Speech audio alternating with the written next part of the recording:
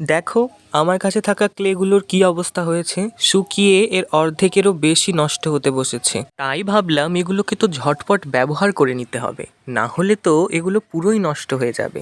তাই ঝটপট এগুলোকে নিয়ে বানাতে শুরু করলাম ক্লে দিয়ে এই সিম্পল ইজি ফ্লাওয়ারগুলো। একটা একটা করে প্রায় অনেকগুলো ফুল আমি বানিয়েছি, এই যেমন বেগুনি, সাদা, লাল, আরও অনেক কালারের। শুধু কিন্তু ফুলই বানিয়েছি এই নয়, বেশ কিছু হার্টও বানিয়েছি। এবার নিশ্চয়ই ভাবছো এতগুলো ফুল আর হার্ট নিয়ে আমি করব কি? এক্ষুনি দেখাচ্ছি।